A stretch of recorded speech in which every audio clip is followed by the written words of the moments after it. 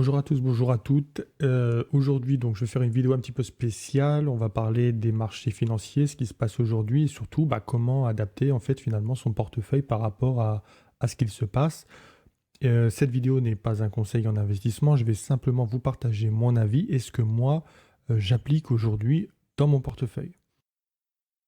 Déjà, la base, moi je considère que c'est la base, c'est la moitié de la planète vit avec moins de 2 dollars par jour. Donc quand on a une hausse du pétrole qui augmente de 30 dollars en un mois, ça atteint en fait des niveaux catastrophiques pour la moitié de la population mondiale. On peut facilement imaginer des manifestations sociales qui vont éclater vis-à-vis de la hausse de l'alimentation. Ça va être très problématique pour énormément de personnes. Donc la consommation mondiale devrait ralentir. On a également les foyers des pays de la démocratie qui sont surendettés. En France, la dette des ménages correspond aux 2 tiers du PIB. Ça veut dire, grosso modo, qu'il reste quand même peu de place à la dépense économique et surtout peu de place à une levée de la dette pour injecter de l'argent frais dans l'économie. Donc on n'aura pas ce soutien-là pour faire monter l'immobilier ou les actions. Avec la hausse de l'inflation, on a également tous les produits du quotidien qui vont augmenter. Les gens vont commencer, ça me paraît logique, ils vont commencer à faire des choix de consommation. Et l'hiver prochain, les difficultés pour se chauffer vont se multiplier. Et au final, ça devrait engendrer également une baisse de la consommation mondiale. Donc dans un premier temps, la baisse de la consommation mondiale liée aux pays émergents ou un peu plus pauvres. Et ensuite, ça va toucher également les pays riches, je pense, cet hiver.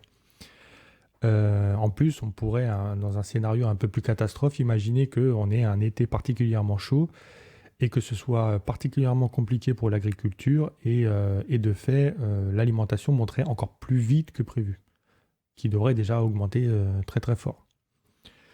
Donc moi, ce que je pense aujourd'hui, c'est que la baisse de la consommation, elle ne pourra pas être soutenue par les États des pays surendettés, sans que cela ait un impact négatif fort sur la crédibilité de leur monnaie. S'ils le font, l'euro comme le dollar se dévalueront au profit du yuan, la monnaie chinoise. Et la Chine profitera de l'occasion pour être une alternative réelle au dollar. C'est quand même son rêve, c'est ce qu'elle veut.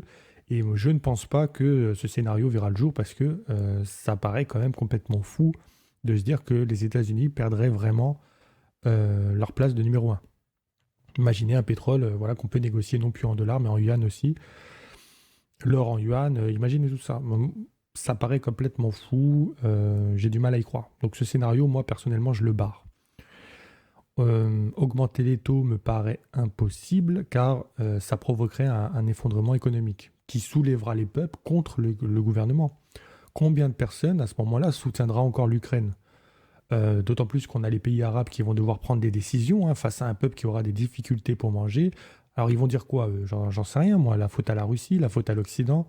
Je veux dire, tout n'est pas blanc ou noir. Là, c'est quand même très compliqué.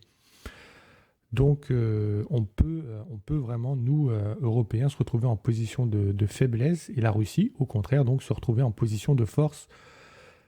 Et ce qui pourrait, en fait, nous obliger derrière à retirer les sanctions et par exemple, aussi à reculer l'OTAN. Enfin, il y aurait, on pourrait voir des scénarios comme ça qui se cumuler en faveur de la Russie et en défaveur de l'Europe avec un moral qui du coup baisserait et voilà, ce serait vécu comme une défaite. Vraiment psychologiquement, ça peut être très dur. Et ça peut, je pense, se retrouver sur les marchés financiers. Puis ensuite, on a le troisième scénario. Si l'État ne fait pas grand-chose pour sauver l'économie, mis à part, on va dire, quelques gestes, histoire de sauver l'apparence, la crise économique va tout dévaster. À mesure que le PIB diminuera à cause d'une économie mondiale en récession, on a les dettes qui, elles, ne seront plus remboursables. Je vois bien l'immobilier chuter, comme tout le reste des actifs, et on pourra reporter la faute sur la Russie. Et ça, je pense que c'est la clé en fait de ces trois scénarios. Je pense que c'est plus simple aujourd'hui pour nos pays d'attendre en fait que tout s'effondre et de reporter la faute sur la Russie. Alors après, ça va pas être facile, mais voilà, moi j'ai un petit peu peur de tout ça. Bien évidemment, il y a un quatrième scénario, c'est d'ailleurs le plus souhaitable, c'est finalement un accord avec la Russie. Je ne le mets pas en avant pour l'instant parce que c'est tellement incertain que finalement, nous, pour construire un portefeuille aujourd'hui, on ne va pas se focaliser sur le scénario le plus optimiste. Au contraire, je pense qu'il faut faire l'inverse. Je pense également que on est en train de vivre un piège monstrueux. Moi, je ne pense pas que l'inflation que l'on vit aujourd'hui va être permanente. Au contraire, j'étais, je pense, l'un des premiers à dire dans mes vidéos et également sur le forum de jeuxvideo.com sur mon topic que l'inflation allait arriver et qu'elle allait être permanente. Euh, à l'époque, je me souviens très bien, on avait les experts sur tout un tas de chaînes radio ou télé qui disaient l'inverse, et même la Banque centrale disait l'inverse, qu'elle serait, alors déjà qu'elle n'existerait pas, et ensuite, lorsqu'elle a existé, qu'elle serait temporaire. Alors maintenant, ils pensent qu'elle va être permanente, et moi, perso, bah, bizarrement, je pense l'inverse. Je pense au contraire qu'elle va vite se retourner parce que déjà beaucoup de personnes vont se faire avoir en pensant que l'inflation, bah, c'est une hausse des actifs. Donc ils vont investir un petit peu bêtement, on va dire, sur des actifs bien trop chers. Puis je pense également que beaucoup vont se faire avoir parce qu'ils vont penser que le cash va se volatiliser face à une inflation continue. Moi, je pense qu'on va arriver donc dans une récession d'ici peut-être une année ou deux, et donc on va droit au crash. Hein, peut-être que le scénario gagnant sera finalement celui du sauvetage monétaire au détriment de la position dominante du dollar, mais franchement, j'y crois pas. Ça me paraît trop facile pour la Chine. Ça me paraît un aveu de faiblesse absolument incroyable et historique pour les États-Unis. Donc moi, pour le scénario que je privilégie, c'est la récession qui va arriver, et donc il va falloir utiliser un petit peu ces ménages pour trouver des actions qui, elles, vont bien performer là-dedans. Je tiens également à dire que le crash, pour moi, ne fait pas que commencer, loin de là. On a la Chine, les valeurs chinoises qui ont corrigé depuis un peu plus d'un an. On a également les valeurs de croissance américaines qui ont corrigé depuis plus d'un an. On a les grosses capitalisations américaines qui ont corrigé depuis au moins 6 mois. Et puis là, bon, bah, arrive le tour de l'Europe. Mais en fait, pour moi, la correction devait avoir lieu. Alors après, le déclenchement, on ne le connaît jamais, on ne sait jamais c'est quoi. En Chine, bah, ça a été la politique assez dure en fait du gouvernement chinois. Aux États-Unis, bah voilà, les prix étaient simplement vraiment, vraiment, vraiment, vraiment trop chers. Et donc, bah, ça a corrigé. À un moment donné, les gens, ils réfléchissent, hein, c'est normal. Les investisseurs sont là aussi pour, pour prendre leurs bénéfices quand c'est abusé. Puis on arrive en Europe. Alors l'Europe, le déclenchement, bah, c'est autre chose. L'Europe, c'est le conflit Ukraine-Russie. Maintenant, moi, je pense que ça aurait corrigé. Ça aurait pu être un autre déclencheur, mais en tout cas, aujourd'hui, c'est comme ça. Voilà. Également, je disais dans mes anciennes vidéos qu'il ne fallait pas se fier aux indices des marchés financiers pour pouvoir juger si un marché était trop cher ou pas cher. Parce que quelques grosses capitalisations font en fait les indices aujourd'hui. Les petites capitalisations, celles qui chutaient déjà bien avant, bah, elles sont invisibles et en fait le marché crash sans que ce soit visible. Quelqu'un qui se concentre uniquement sur les indices, aujourd'hui, il peut se tromper, je pense, sur l'analyse des marchés financiers. Moi, personnellement, comme je pense que nous allons rentrer en récession, et j'espère pas, hein, mais bon, voilà, je recommande, en tout cas, je pense qu'il ne faut pas acheter de bancaires. Voilà, les bancaires sont extrêmement peu chères, elles sont très rentables, voilà, c'est très bien géré a priori, hein. Je dis bien a priori parce que le problème, quand même, malgré tout, c'est que si on rentre en récession, il y a énormément de gens qui vont avoir des difficultés pour rembourser leur immobilier, pour rembourser leur crédit conso, les belles voitures. Vous savez, moi, par exemple, j'aime bien acheter des voitures un peu sportives. C'est pas rare que j'aille en acheter une chez un professionnel. Et derrière, on me le dit tout le temps, mais à chaque fois, ils sont toujours étonnés que j'achète en cash, voilà, des véhicules à 20 ou 30 000 euros. Ils sont très très étonnés parce que derrière, eux, ils ne vendent que des voitures en location. C'est que de la location parce que les gens n'ont même plus les moyens en fait d'acheter des véhicules. Pour eux, 30 000 euros, c'est trop cher. Et on a également les personnes qui achètent mais à crédit. Voilà, qui font des gros crédits. Donc à chaque fois que j'arrive avec du cash, d'ailleurs ça me permet de négocier beaucoup plus les véhicules, et ben franchement ils sont très étonnés. Bah, ça prouve bien que les gens sont vraiment au bord de la dette, quoi. Ils sont au bord du gouffre, hein. C'est incroyable. On a voilà, l'immobilier, donc il est extrêmement cher en comparaison des années 2000. Alors quand on regarde, quand on compare avec les années 2000, oui, l'immobilier est beaucoup, beaucoup, beaucoup plus cher, mais si on compare le prix de l'immobilier avec euh, le taux du crédit à l'époque, Eh ben, finalement, aujourd'hui, c'est pas non plus si cher. C'est vrai, c'est un bon raisonnement, c'est pas non plus si cher. Mais il y a une énorme différence, et cette différence, elle se trouve dans la possibilité de revendre ou non son immobilier. Par exemple, lorsque votre bien immobilier se dévalue de 40% et que vous venez de l'acheter, vous ne pouvez pas le vendre. Voilà, tout simplement, vous êtes bloqué dedans parce que si vous le vendez au prix du marché, eh ben, vous ne pouvez pas rembourser intégralement votre dette. Voilà. Donc il y a quand même des points qui sont très très très dangereux aujourd'hui lorsqu'on investit dans l'immobilier. Alors après, on peut faire, il y a des gens qui pensent que non, l'immobilier ne baissera pas parce que voilà, parce que c'est un actif voilà sûr, solide, sur lequel on se repose et tout. Mais moi, je pense au contraire que les charges demain dans l'immobilier se feront beaucoup trop importantes et que voilà, les gens vont devoir vendre, hein. Les gens qui sont trop voilà, à un crédit trop élevé, tout ça, ils vont devoir vendre. Si on, pour parler des bancaires, des assurances, hein, c'est pareil, hein, les assurances, je les inclus dans le secteur bancaire. Si on a une remontée des taux, il y a beaucoup de personnes qui disent bah, c'est cool en fait pour les banques, elles vont faire énormément d'argent dessus.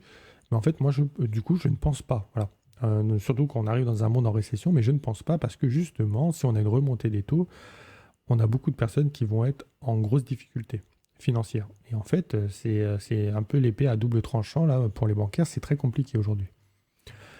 Je pense également qu'il ne faut pas investir dans le secteur pétrolier pour plusieurs raisons. Bah déjà parce que je considère, moi, à titre personnel, que lorsqu'on investit, on gagne de l'argent en fait que lorsque ça aide les gens. Voilà. Lorsqu'on participe à l'innovation, à l'évolution de la société, lorsqu'on arrive à rendre des choses meilleures. Euh, le pétrole, ça a été énorme. Ça a été vraiment énorme dans le siècle précédent. Aujourd'hui, non. Aujourd'hui, on sait que ça pollue et on n'a plus besoin de cette pollution. Euh, Ça coûte très cher. Il y a tout un tas de gens qui sont bloqués. Là, aujourd'hui, on le voit bien, hein. Ça va devenir très problématique pour énormément de personnes. Tous les prix du quotidien sont en train d'augmenter à cause de la hausse du pétrole. Donc non, aujourd'hui, investir dans les pétrolières, c'est pas forcément intéressant. Ça a plus de côtés néfastes que des côtés positifs. Alors oui, oui, je sais. euh, Si on regarde le prix de l'action par rapport au prix des actifs qu'on obtient pour le prix de l'action, c'est une décote extrêmement importante. Et en plus de ça, on a un rendement sur dividende qui est très important. Mais là, en fait, je pense que c'est une erreur de penser comme ça parce que ça montre en fait que vous investissez pour gagner de l'argent pour vous. Et moi, je pense que on gagne de l'argent en investissant pour les autres. Donc là, on peut avoir un point de désaccord. Moi, je ne dis pas que j'ai raison, mais en tout cas, c'est mon point de vue. Et donc, je pense qu'aujourd'hui, les pétrolières, c'est pas du tout intéressant à moyen long terme. Peut-être qu'on peut tenter des coups à court terme pour essayer de gagner un peu d'argent, mais pas à moyen long terme. Aujourd'hui, voilà, ça pollue. Et en plus de ça, les actifs, parce qu'il faut bien comprendre que du coup, ça va pousser les gens voilà, à trouver des solutions par rapport au pétrole. Donc, on va essayer de... Voilà, quelqu'un aujourd'hui qui a des panneaux solaires et une voiture électrique, il se chauffe gratuitement et il roule gratuitement. Il s'en fout, lui, complètement de l'inflation qu'on voit aujourd'hui, hein. Il y en a qui s'en foutent aujourd'hui. Donc, il y a déjà des solutions. Elles sont peut-être a priori un peu chères, mais en fait, les gens, là, aujourd'hui, vont commencer à ouvrir les yeux. Ceux qui ont un peu d'argent vont dire putain, mais en fait, c'est pas si cher que ça, au vu de ce qu'on peut se prendre lorsque le pétrole augmente. Une fois que tout le monde va tourner la page du pétrole et qu'on aura des panneaux solaires, des voitures électriques, et ben, à un moment donné, les pétrolières vont être emmerdées parce que les actifs qu'elles ont seront des actifs bloqués. C'est-à-dire que là, il y a des centaines de milliards qui sont bloqués dans des actifs qui permettent voilà, d'extraire du pétrole et de le transformer. Mais imaginez un monde sans pétrole, un monde voilà, qui n'a plus besoin de pétrole, de moins en moins, et ensuite qui n'en a plus besoin. Eh bien, ce monde-là, déjà, va arriver beaucoup plus vite que vous le pensez, je pense. Et en plus de ça, eh ben, tous ces actifs que vous avez achetés à travers l'action, ce sont des actifs bloqués. Plus personne en voudra. C'est invendable, en fait. C'est invendable parce qu'on ne peut pas transformer ces actifs pour faire autre chose. Par exemple, quelqu'un qui, je ne sais pas moi, qui fait faillite dans un local, qui vend des vêtements, voilà, il fait faillite, la marque qu'il vend, elle a fait faillite, bon bref. Et ben, son local, cet actif-là, lui, vaudra toujours quelque chose parce qu'on pourra toujours faire un autre service à l'intérieur de ce local pour pouvoir gagner de l'argent. Mais pour les pétrolières, non. On ne peut rien en faire. Ou alors écrivez-moi en commentaire ce que vous pouvez en faire. Mais une fois que le pétrole disparaît, une fois qu'on n'en a plus d'utilité, eh ben, ces actifs-là seront bloqués. Et pour les investisseurs, je pense que là, ça va faire très très mal. D'ailleurs, on a une hausse du pétrole qui est extrêmement forte, on a une hausse de Total qui est plutôt forte également, mais au vu des bénéfices qu'ils font, ça reste particulièrement faible et j'ai un doute sur le fait que finalement, les gros poissons, les grosses baleines sont peut-être en train de vendre aux petits porteurs comme nous toutes les actions qui vont être dévaluées de toute façon à un moment ou à un autre. Et ensuite, comme je pense qu'on va rentrer en récession et que ça va être extrêmement compliqué donc pour la consommation, je pense qu'il ne faut pas investir dans des valeurs de consommation. À partir du moment où c'est du loisir, je ne sais pas moi, la Fnac, Maison du Monde, enfin voilà, que des valeurs comme ça de consommation loisir, je pense que là, il ne faut pas investir dedans parce que ça risque d'être compliqué. En tout cas, avec ma vision des choses, hein, par rapport au scénario que je vous ai présenté au début de la vidéo, je pense que moi, c'est la récession qui va arriver. Et donc, ces valeurs-là, bien évidemment, vont souffrir comme jamais. D'ailleurs, les chutes que l'on voit actuellement sur les marchés financiers, c'est une avance. C'est qu'il y a plein de gens qui commencent à voir la récession arriver, en fait. C'est pas à cause du conflit Ukraine, parce qu'en fait, ça touche quasiment pas les entreprises aujourd'hui. Par contre, ce qui va arriver, c'est la récession. Et cette récession, elle va avoir un coût énorme sur les marchés financiers. Et là, en fait, on est en train de le voir. Donc, je pense que ce qu'on est en train d'apercevoir sur les marchés financiers avec la crise, le crash qu'on est en train de voir, c'est simplement en fait une avance sur ce qui va arriver dans un an. D'ailleurs, très souvent, les gens parlent de déconnexion des marchés financiers parce que quand il y a les news qui sont plutôt bonnes, bah, des fois, on a des baisses qui sont très importantes. Et puis, à l'inverse, quand les news sont particulièrement mauvaises, bah, des fois, en fait, les marchés explosent à la hausse. Mais c'est par anticipation de ce qui va arriver demain. Aujourd'hui, l'anticipation des investisseurs, elle est clairement à la baisse. Donc, je pense qu'il ne faut pas de bancaire, pas d'assurance, pas de pétrolière. Également, ne pas investir dans des entreprises avec un PER supérieur à 15. Historiquement, il y a des Microsoft, il y a des Apple qui se sont payés 12 fois les bénéfices. Donc, on ne va pas payer des entreprises un peu pourries, on ne va pas le payer avec un PER de 50, de 60, de 80. Enfin, franchement, là, c'est chercher à se faire corriger. On a des grosses valeurs même Meta, alors après, on y croit pas, mais c'est quand même une valeur qui brasse un maximum d'argent et c'est 14 fois les bénéfices aujourd'hui. Donc, faire super attention. Il y a des entreprises là qui se payent 40 fois les bénéfices, aussi solides qu'elles soient, elles peuvent corriger jusqu'à atteindre 12, 13, 14 fois les bénéfices dans les pires scénarios. J'ai un doute quand même que ça puisse arriver sur tout le marché parce que les taux sont très bas et qu'ils devraient rester bas. Donc ça va quand même aider quelques personnes à investir dedans. Mais donc là, je pense qu'on rentre vraiment dans la technicité. Il y a peu de personnes qui y sont habituées. Il y a beaucoup de personnes qui ont commencé sur les marchés financiers il y a 2 ans, 1 an. Bon, voilà. Donc là, on risque d'avoir un faux rebond et même plusieurs avant d'atteindre des points bas, des gros points bas. Je pense que du coup, il ne faut pas non plus être trop inquiété dans le sens où si vous avez des valeurs intéressantes sur des valeurs qui sont vraiment essentielles à la société et qui vont apporter dans un futur proche une vraie plus-value, vous allez gagner de l'argent. Mais là encore, il ne faut pas payer ça 30 ou 40 fois les bénéfices. Il y a un vrai risque. Je pense également que c'est plutôt une opportunité aujourd'hui pour faire de l'achat-revente. Donc, il y a des petits coups qui peuvent se tenter sur des valeurs, là encore, que l'on considère bonnes. Décrocher des informations parce que ça peut vous amener à prendre des décisions qui ne sont pas forcément les vôtres. Se concentrer uniquement sur l'essentiel, fabriquer vraiment votre bulle. Essayez simplement d'avoir peu d'informations, mais de l'information essentielle et essayer d'y réfléchir et d'avoir votre stratégie d'investissement. Je vais présenter moi mon portefeuille en fin de semaine. Il représente ce que je pense des marchés financiers aujourd'hui. Je suis pratiquement pas liquide parce que je considère aujourd'hui que les marchés ont déjà bien corrigé sur certaines valeurs et qu'on peut déjà rentrer, notamment sur Prosus. Si les gens veulent voir la vidéo que j'ai faite sur Prosus, n'hésitez pas. Il y a le lien qui s'affiche en haut si vous ne l'avez pas encore vu. Et voilà, et soyez prudents parce qu'il y a des entreprises aujourd'hui qui se payent extrêmement cher, même si elles ont des perspectives d'avenir intéressantes. C'est pas le moment de faire le fou. En tout cas, j'espère que cette vidéo vous aura plu. Dites-moi en commentaire, vous, ce que vous en pensez. Et puis, je vous dis à bientôt pour de nouvelles vidéos.